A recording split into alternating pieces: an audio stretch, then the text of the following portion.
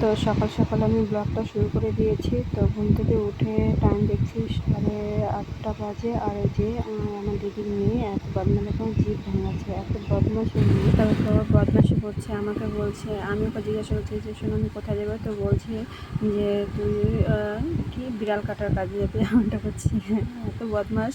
তারপর দেখো আমি রেডি হয়ে আমি বলছি যে পুরো গরম থেকে বেরিয়ে গেছি। তারপরে দেখো রোডটা পার হতে আধা ঘন্টা লেগে গেছে। গাড়ি দিতে পারছি যে হাঁটা পড়া রৌদ্র, তার মধ্যে তোমার এত গাড়ি জ্যাম, এত জ্যাম আছে, গাড়ি ঘোরাতে একদম আরও মাথাটার মধ্যে ধরেছে রোদে, তার মধ্যে গাড়ি ঘোরাতে আরোই বেশি। আর রোদ্রটা এতই দিয়েছে সে বলার মতো না। তারপরে দেখো পার হওয়াটা এত মুশকিল হয়ে যাচ্ছে যে বলার মতো না। গাড়ি আর একটা রাস্তা কোনো রকম করে পার হলাম। আর যে তাড়াতাড়ি করে গাড়ি পেয়ে যাবো তাও তো হয় না, তাও গাড়ি আসছে না। তারপরে যে টোটোটাকে জিজ্ঞাসা করলো, আগে থেকেই হাত দেখিয়ে বলছে যে কোথায় যাবো, তো আমি বলছি যে মেডিকেল যাবো।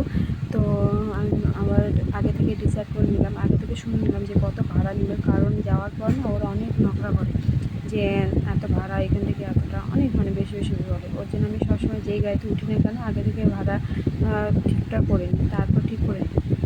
তারপর দেখো ঠিক করলাম, তো বলছিল তুমি কত দিবা, এইভাবে বলছে যে আমি কি এত দিব, 20 টাকার মধ্যে করলাম। তারপরে করে টোটো ধরে একদম চলে এসে এই যে রিপোর্টটাও নেওয়া হয়ে গেছে, যার কারণে আমার মেডিকেলটা যাওয়া রিপোর্টের জন্য সেটা।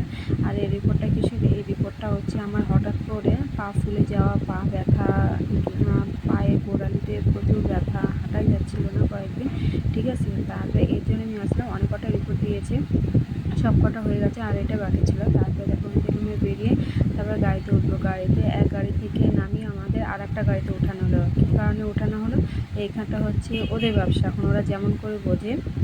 তে আমরা ওখানে গাড়িতে বসেছিলাম, আমাদেরকে সবাইকে নামিয়ে আর একটা গাড়িতে উঠিয়ে নিল, নিয়ে বলছে যে ওরা মধ্যেই ঝগড়া করছে, মানে কথা কাটাকাটি হচ্ছে যে আমি আগে ইসে করেছি, গাড়ির লাইন দিয়েছি, তো তুই কেন আগে প্যাসেঞ্জারগুলোকে নিয়ে যাবে, এভাবে ওরা পুরো ছেলেহালা করছিল।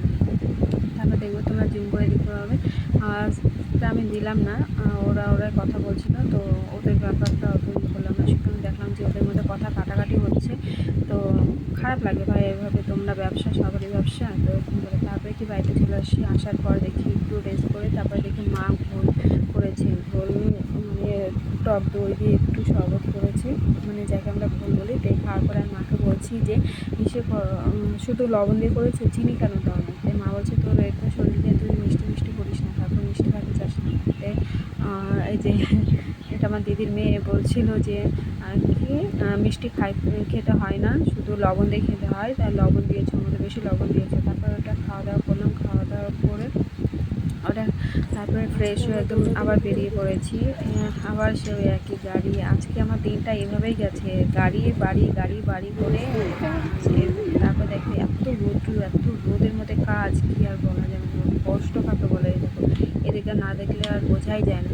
আর আমরা শুধু রাস্তাটা দুটো হেঁটে যাবো, শুধু দোকানটাতে যাবো, সারাদিন ছাওয়াতেই বসে, ফ্যানের নিচে বসে, এসি নিচে বসে, তাও আমাদের বিরক্ত বোধ। আর দেখ এত কষ্ট করে, মানে বলা যায় না, মানে এত কষ্ট। তারপরে তো গাড়ি পেয়ে গেলাম, তো গাড়িতে বসে গেলাম। তো ভালো লাগলে আমার চ্যানেলটাকে প্লিজ সাবস্ক্রাইব করে দিয়ে